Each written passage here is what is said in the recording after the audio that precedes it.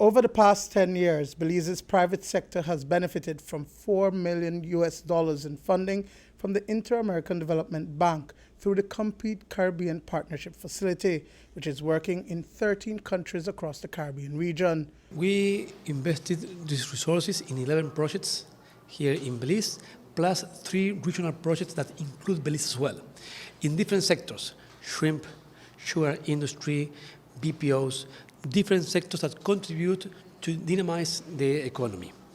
For example, in the case of the BPOs, the IDB supported the promotion of investment in the country and also drafted in legislation, and more than 3,000 jobs were created through this initiative. A program that is in several countries in the Caribbean that is helping and assisting MSMEs, but also in the macro aspect, looking at the private sector in general. No?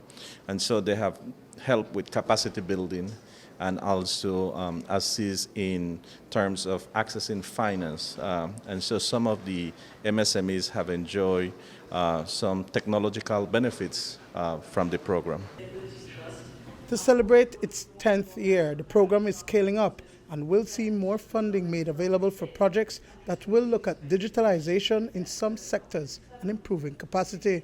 An upscale of a boot camp that was recently conducted has qualified Belize not to access a concessionary loan of $10 million that will be used to assist the MSMEs in Belize, and it will be implemented through a new central executing unit that will be within the Ministry of Finance, Economic Development and Investment, and that program will also be implemented through the Ministry of Investment and Beltrade. The IDB now is scaling up these projects, and one particular project that we're scale up is about digitalization, and the IDB is contributing with the government with a $10 million program in order to digitalize firms, micro, small, and medium enterprises, plus digitalizing the civil and the land registry as well.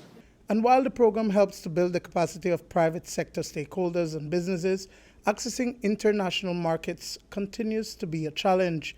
Beyond the traditional export commodities such as sugar, citrus, and bananas, there are issues of meeting market standards for exporting and looking to the other opportunities outside of the CARICOM trade bloc.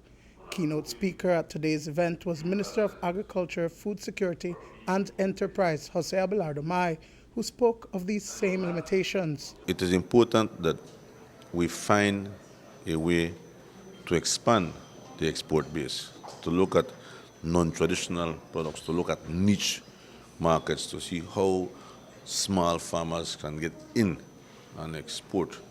So that is the challenge that we have faced as a country. And the agriculture sector, of course, looking at who we're exporting to. Again, it's a small group of countries. We export mainly to the US, to the CARICOM, to the UK.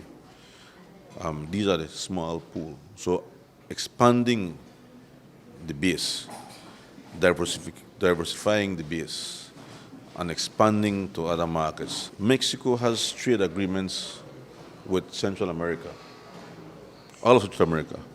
We, although in Central America, geographically, politically, we're a member of CARICOM, so we cannot be a part of these agreements if we want to join as Belize. Bilaterally, cannot be. We have to join as a bloc, and that puts certain limitations, and that's why we are every day negotiating with the Guatemalans to expand the partial scope agreement, negotiating with Mexico to expand or to develop a partial scope agreement with them. Even as we are improving economically, even as we're exporting, even as the economy is growing, contrary to what the IMF had said, we still have challenges.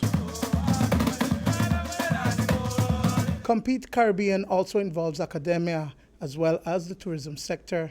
Tourism CEO Nicole Solano says that in early 2023, assessments will be done in Garifuna cuisine, drum making and dancing so that it can be marketed as a product to tourists from different regions. Compete Caribbean actually has a program for the Garifuna Trail.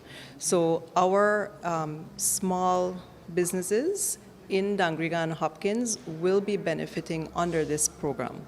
So it is creating a trail, for a cultural trail really, for the tourists to be able to experience all the different cultures from business to business moving. So we have a marketing component, and they can learn about the Garifuna culture and experience activities. I'm so excited, to see that academia is present, simply because in order for us to be able to move forward, we need scientific research and development.